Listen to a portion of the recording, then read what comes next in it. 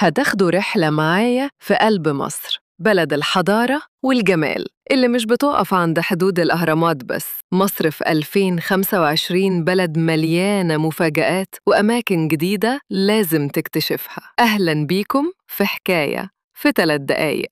أول محطة هنتكلم عنها هي واحد سيوة، جوهرة الصحراء الغربية. تخيل معايا رمل ناعم زي الحرير، مية عذبة بتفجر من الأرض، وهواء صافي ينسيك كل همك. واحد سيوة مش بس مكان للراحة، دي عالم من التاريخ العريق والأساطير اللي لسه تتحكي. الناس هناك لطفاء جداً، وتقاليدهم وحياتهم بسيطة وجميلة، هتتعلم منهم معنى الكرم اللي قلبه كبير. وبعدين ننتقل للنوبة. النوبة يا صحاب مكان تاني خالص، ثقافة مختلفة، لغات وألحان بتطرب القلب، وأشخاص مليانين دفء وحب. لما تقعد مع نوبي يشرب لك شاي ويقول لك حكايات بلدهم، هتعرف معنى أصيل للكلمة الضيافة. النوبة مليانة بالأماكن الطبيعية الخلابة، من نهر النيل اللي بيمر هناك لحد الجبال المحيطة. كل حاجة هناك بتحكي قصة حب مصرية. وعلى الناحية التانية عندنا شارع المعز، واحد من أقدم شوارع القاهرة الإسلامية. تمشي في الشارع ده كأنك رجعت بالأيام لزمان المماليك والفاطميين، بين المساجد والآثار اللي بتاخدك في رحلة عبر الزمن.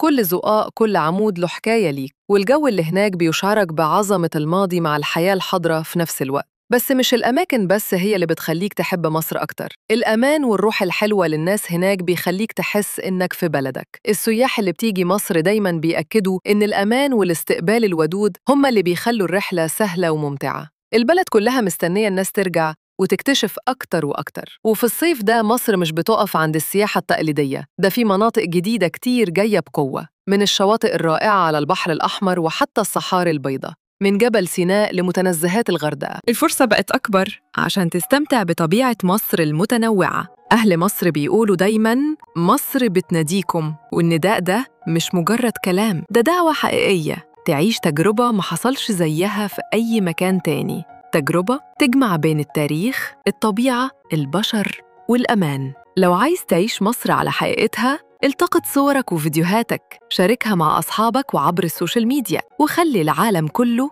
يشوف مصر عبر عيونك. ما تفكرش كتير، الأيام الحلوة في مصر بتستناك، ومستعدين نرحب بيك في بلد الحضارات. مصر بتقولك جاهز ترد النداء؟